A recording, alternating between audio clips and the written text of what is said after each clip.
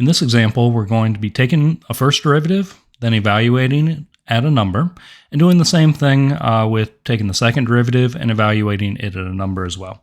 So let's jump right in. We're going to use the power rule throughout this, so hopefully not too bad.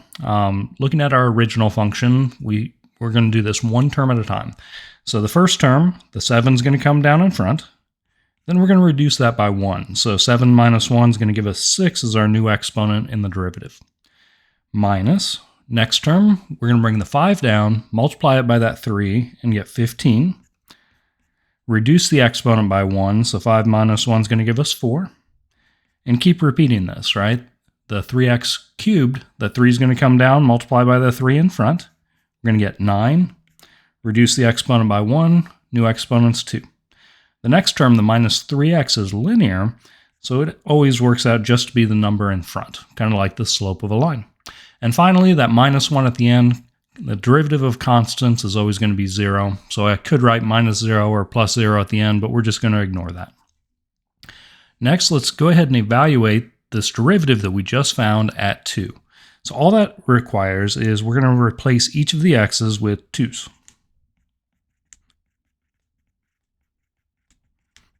All right, now that that's done, we'll probably get out our calculator or do some, please excuse my dear Aunt Sally, order of operations, and wind up eventually, hopefully with 241.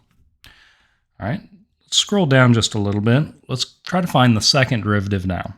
So to find the second derivative, we're going to go back and use the first derivative that we already found and take its derivative. So as we look at this, we're going to use power rule, one term at a time, basically. So the 7's already down there. We're going to bring the 6 down, multiply it by the 7. I believe that's going to give us 42. Reduce the exponent by 1, so our new exponent is going to be a 5. All right, 6 minus 1 makes 5. All right, next term, we'll bring our subtraction along. 4 comes down, multiply it by the 15, we should get 60. Reduce the exponent by 1, new exponent is going to be 3. The plus 9x squared, 2 is going to come down, multiply by the 9, we should get 18. Reduce the exponent by 1, we should get a 1 for our new exponent. And then the 3, again, a constant, its derivative is going to be 0. All right, finally on this problem, let's go ahead and evaluate this by plugging in 2 into each of the x's for our second derivative.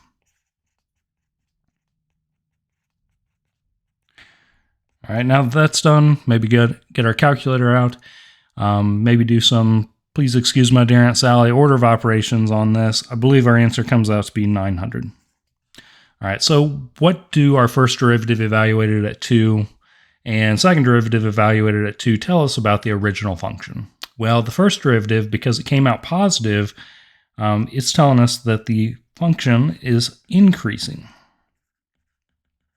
The original function, all right, because it was a positive first derivative there at 2.